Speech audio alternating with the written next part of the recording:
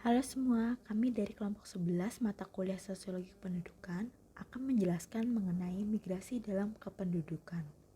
Kelompok kami terdiri dari Alfian Putra Pamungkas dengan NIM D032007, kedua ada Khufah Miftahul Jana dengan NIM D03247, yang ketiga itu ada Rosita Basku Kesti dengan NIM D03267. Pembahasan pertama dari materi ini yaitu konsep dan definisi migrasi. Migrasi adalah perpindahan penduduk dengan tujuan untuk menetap dari suatu tempat ke tempat lain melampaui batas politik atau negara ataupun batas administratif atau batas bagian dalam suatu negara. Ada dua dimensi yang harus diperhatikan dalam menelaah migrasi, yaitu dimensi waktu dan dimensi ruang. Untuk dimensi waktu, ukuran yang pasti tidak ada karena sulit untuk menentukan beberapa lama seseorang itu pindah tempat tinggal untuk dapat dianggap sebagai seorang migran, tetapi biasanya digunakan definisi yang ditentukan dalam sensus penduduk. Untuk dimensi ruang sendiri itu secara garis besarnya dibedakan menjadi perpindahan antara negara, yaitu perpindahan penduduk dari suatu negara ke negara lain yang disebut migrasi internasional. Sedangkan perpindahan yang terjadi dalam satu negara itu misalnya antar provinsi atau antar kota, migrasi perdesaan ke perkotaan atau satuan administratif lainnya yang lebih rendah daripada tingkat kabupaten seperti kecamatan, kelurahan, dan seterusnya itu dikenal dengan migrasi intern. Selanjutnya kita membahas mengenai teori dari Ravenstein. Teori Ravenstein ini dikenal dengan nama hukum migrasi. Hukum migrasi ini terdiri dari 7 butir. Yang pertama ada migrasi dan jarak. Maksudnya adalah arus migrasi itu terbesar umumnya berjarak pendek, dan migran yang menempuh jarak jauh umumnya menuju ke pusat-pusat perdagangan dan industri yang penting. Yang kedua itu migrasi bertahap. Perpindahan ini mengikuti arus migrasi yang terarah, mulai migrasi desa ke kecil kemudian berpindah kembali ke besar. Yang ketiga ada arus migrasi dan arus balik. Tiap arus migrasi ini akan menimbulkan arus balik. Yang keempat yaitu adanya perbedaan di desa dengan kota mengenai kecenderungan melakukan migrasi. Penduduk dari perkotaan biasanya kurang berminat untuk bermigrasi jika dibandingkan dengan penduduk pedesaan. Lalu arah migrasinya ini cenderung dari desa menuju ke kota. Yang kelima itu ada migrasi laki-laki dan perempuan. Umumnya migran adalah laki-laki maupun perempuan dewasa. Perempuan biasanya bermigrasi dengan jarak yang lebih dekat daripada laki-laki. Umumnya migran internasional adalah laki-laki muda, sementara migran internal umumnya perempuan. Yang keenam yaitu mengenai teknologi dan migrasi. Peningkatan sarana perhubungan, perkembangan industri dan perdagangan menyebabkan frekuensi migrasi menjadi meningkat. Yang terakhir yang ketujuh, motif ekonomi sebagai pendorong utama. Migrasi didorong oleh keinginan untuk memperbaiki kehidupannya dalam bidang ekonomi. Teori kedua ada teori dari Everett S. Lee.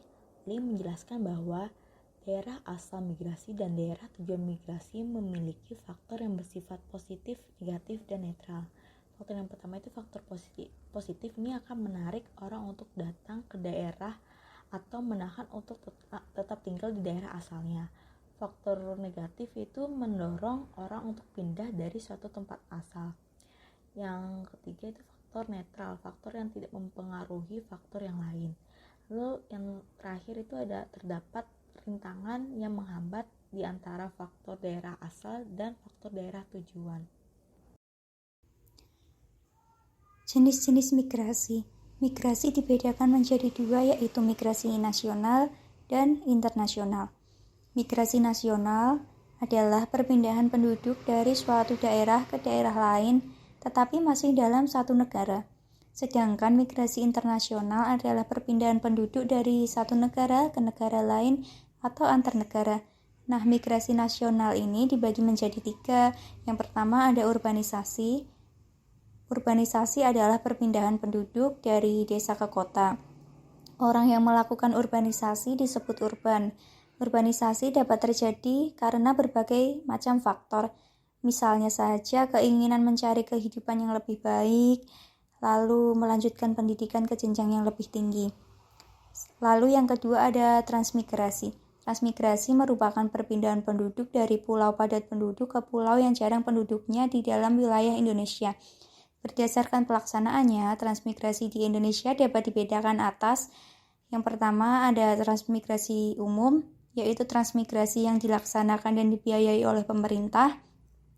Yang kedua ada transmigrasi khusus, yaitu transmigrasi yang dilaksanakan dengan tujuan tertentu seperti penduduk yang terkena bencana alam dan daerah yang terkena pembangunan proyek. Selanjutnya ada transmigrasi spontan atau swakarya, yaitu transmigrasi yang dilakukan oleh seseorang atas kemauannya sendiri dan dibiayai oleh biaya pribadi. Selanjutnya ada transmigrasi lokal, yaitu transmigrasi dari suatu daerah ke daerah yang lain dalam provinsi atau pulau yang sama. Yang ketiga itu ada ruralisasi, yaitu perpindahan dari kota ke desa dengan tujuan menetap. Ruralisasi ini merupakan kebalikan dari urbanisasi.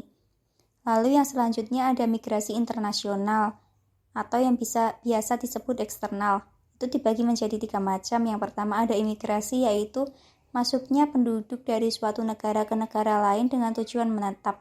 Orang yang melakukan imigrasi disebut imigran. Contoh masuknya negara Cina ke Indonesia untuk tujuan bisnis, bekerja, dan sebagainya dengan maksud untuk tinggal menetap. Selanjutnya ada emigrasi. Emigrasi ini adalah keluarnya penduduk dari suatu negara ke negara lain. Orang yang melakukan emigrasi itu disebut emigran. Contohnya itu keluarnya TKI ke Malaysia, Singapura, Arab Saudi, dan sebagainya untuk bekerja. Selanjutnya ada remigrasi. Remigrasi atau repartasi adalah perpindahan penduduk dari suatu negara untuk kembali ke negara asalnya setelah beberapa lama ditinggalkan. Contohnya kembalinya penduduk Indonesia ke Indonesia setelah selesai bekerja, sekolah, dan sebagainya.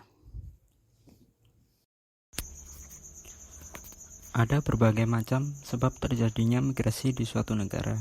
Secara umum, faktor-faktor yang menyebabkan terjadinya migrasi yaitu yang pertama ada faktor ekonomi.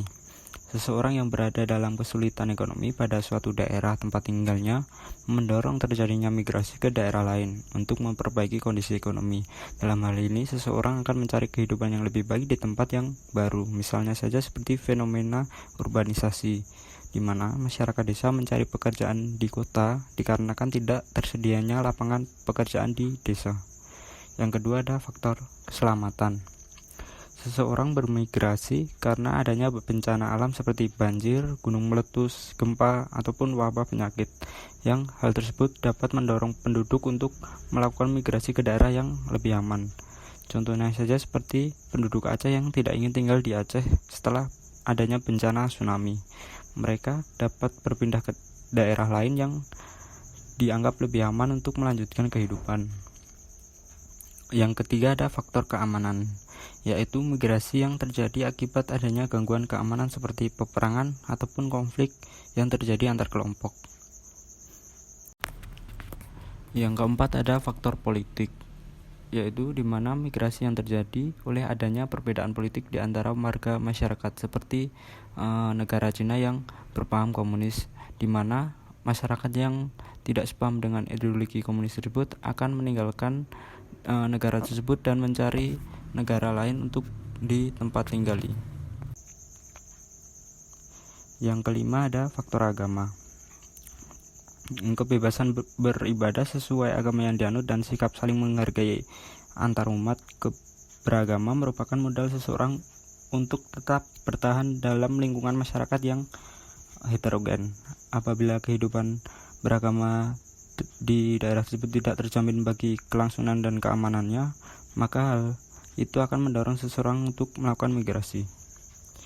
Yang keenam ada faktor kepentingan pembangunan, yaitu migrasi yang terjadi karena daerah tersebut terkena proyek pembangunan seperti pembangunan bendungan untuk irigasi ataupun PLTA. Yang ketujuh ada faktor pendidikan, yaitu migrasi yang terjadi karena ingin melanjutkan pendidikan ke jenjang yang lebih tinggi. Yang terakhir ada faktor sosial seperti adanya perkawinan campuran. Sekian pemaparan materi dari kelompok kami. Terima kasih.